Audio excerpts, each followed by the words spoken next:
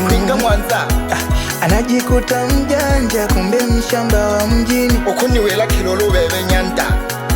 Eti kila kitu anakijua, kila kitu anakifahamu. Alafu ningetegema nitokasema Timiro kama kashaha. Kwanza nisikilize, naitwa Kayanda, Msukuma wa kwanza kuelimika, mtoto wa Mwanza, Kondero Chanto Homingwa, Nyankuke.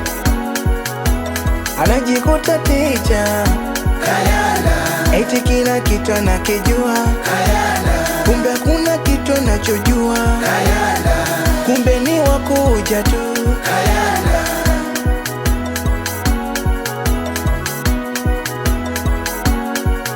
Unajikuta bosi wewe, kumbe unalelewa ukweni. Kijana umeoa au umeolewa, unashinda ukweni, hata kazi hufanyi. Dume zimunalishwa na mama mkwe, polojo mingi, kumbe una kila kitu.